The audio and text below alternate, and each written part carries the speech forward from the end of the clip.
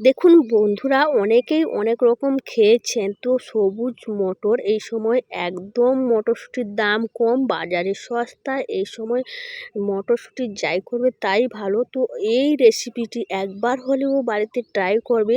মানে স্কুলে যে বাচ্চা কিছু খেতে চায় না, এই রেসিপিটি করে দিলেই কিন্তু খুব সুন্দর লাগবে। তেল ছাড়া 5 মিনিটের মধ্যেই হয়ে যাবে।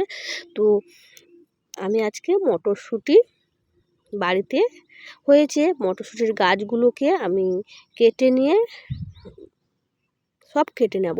তো আর মটরশুঁটি হবে না বলে আমি সবগুলোই কেটে নিচ্ছি। রাধে রাধে বন্ধুরা, সবাইকে স্বাগত জানাই মা ভবানী চ্যানেল থেকে। যে যেখানে থাকো সুস্থ থাকো আর ভালো থাকো। পুরো ভিডিওটি দেখার জন্য অনুরোধ রইল, একটুকুও না স্কিপ করে। তো আমি মটরশুঁটির গাছগুলো বাড়িতে নিয়ে এসে যতটা আমার প্রয়োজন ততটাই আমি মটরশুঁটিগুলো নিয়েছি পালির মধ্যে। তারপরে আমি ওই মটরশুঁটিগুলোকে বার করে নেব, ছাড়িয়ে নেব আর কি।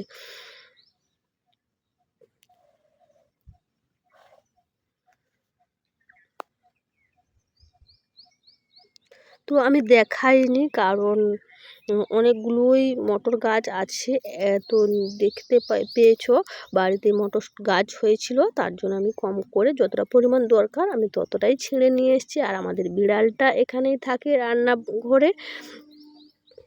কথা বলতে বলতে আমার মটরশুঁটিগুলো ছাড়ানো হয়ে গেছে। এবার নিয়েছি আমি একটা সুজি নিয়েছি আর বাটি নিয়েছি। ওই বাটিতে মেপে আমি 1 বাটি সুজি নেব। বাটিতে মেপে নিলে ভালো। বাটিতে মেপে আমি মিক্সচার গ্রাইন্ডারের মধ্যে দিয়ে দেবো ওই সুজিটা। দিয়ে একটু ঘুরিয়ে নেব। মিক্সচার গ্রাইন্ডারটা ঘুরিয়ে নিলে তো একটু গুঁড়ো হয়ে যাবে সুন্দর।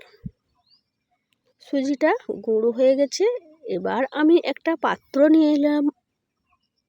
পাত্রর মধ্যে ওই সুজিটা আমি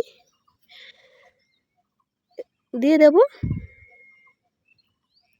তারপরে মটরশুঁটি ছাড়িয়ে রেখেছিলাম, মটরগুলো আমি 1 বাটি নিয়েছি, ওই মিক্সচার গ্রাইন্ডারে দিয়ে দেবো। আর একটু পরিমাণ জল দেব ঘোরানোর মাপে।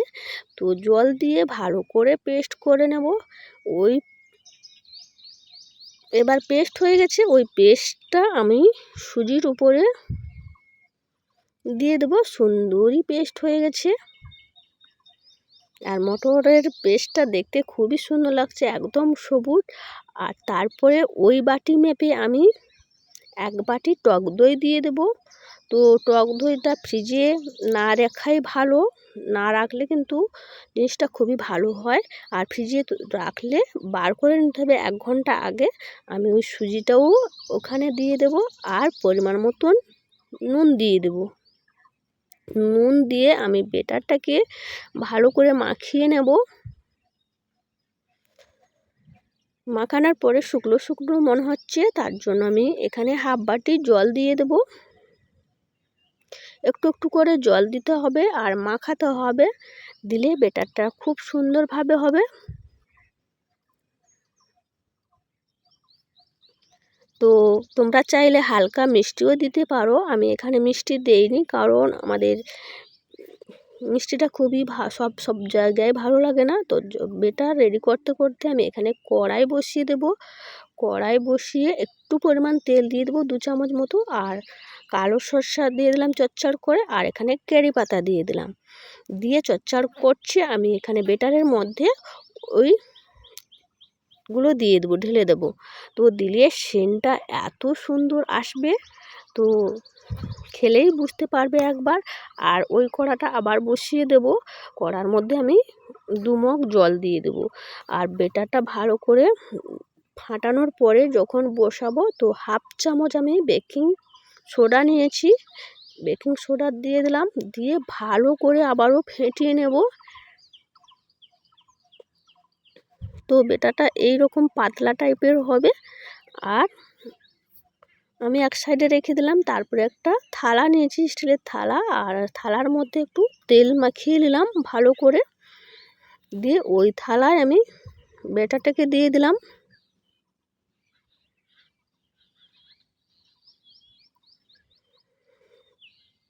তো থালায় দিয়ে আমি থালাটাকে একটু ঝেঁকিয়ে নেব, বাতাসটা বেরিয়ে যাবে।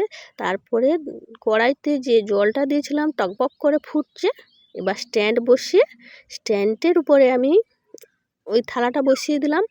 বসানোর পরে একটা তার মাপের ঢাকনা চাপিয়ে দিতে হবে। 10 থেকে 15 মিনিট ঢাকনাটা চাপিয়ে দিয়েছি। চাপার 10-15 মিনিট বাদে আমি খুলে দেখলাম, বাপরে বাপ, কি সুন্দর ফুলেছে! ওয়াও! একদম থালা ভর্তি উপচে পড়ছে। একটা ঘাঁটি নিয়ে চেক করে নিলাম, তো একটুকু জড়েও না, কিচ্ছু না। আর দেখতে এতটাই সুন্দর লাগছে, মানে ভাবা যায় না যে মটরশুঁটি দিয়ে এমন রেসিপি হয়। তো এইবার আমি নামিয়ে নিয়েছি।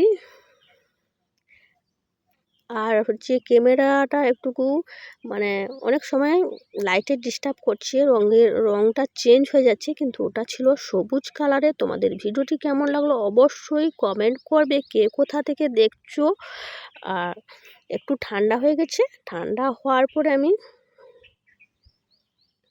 এবার একটা প্লেটের মধ্যে ঢেলে নিলাম। তো দেখতে কতটাই লাগছে, আর জালিদার হয়েছে, একদম নরম তুলতুলে, দেখতেও যেমন ভালো লাগছে, সত্যি একদম সুন্দর নরম তুলতুলে হয়েছে। আমি একটা ছুরি নিয়ে কেটে পিস পিস করে নেব। তো তার আগে তোমাদের সঙ্গে শেয়ার করেছি, যেহেতু একটু কেটে দেখাবো কেমন হয়েছে, তোমরাই বলবে। জালিদার সুন্দর নরম তুলতুলে, আর আমার তো খুবই ভালো লাগছে দেখে, এত সুন্দর জালিদার হয়েছে আর একদম নরম তুলতুলে হয়েছে। খেতেও খুব ফাটাফাটি হয়েছিল, ওই তেল ছাড়া। কি বলবো, যারা মানে চিনি খায়নি তাদের জন্য খুব ফেভারিট। আর তোমরা পারলে একটু চিনি দিয়ে দিয়ে। আমি প্রথমে একটু খেয়ে দেখলাম, আর এত সুন্দর, মানে তার একটা সেন্ট আসছে, তো মানে মুখে বলা যাবে না। যতক্ষণ না তোমরা বাড়িতে বানাও ততক্ষণ টেস্ট সুগন্ধ বুঝতেই পারবে না। তো তোমাদের ভিডিওটি কেমন লাগলো লাইক শেয়ার সাবস্ক্রাইব করবে এবং কমেন্টে জানাবে। এর পরবর্তী ভিডিওতে দেখা হচ্ছে নিত্য নতুন। টাটা, বাই বাই, ভালো থেকো, সুস্থ।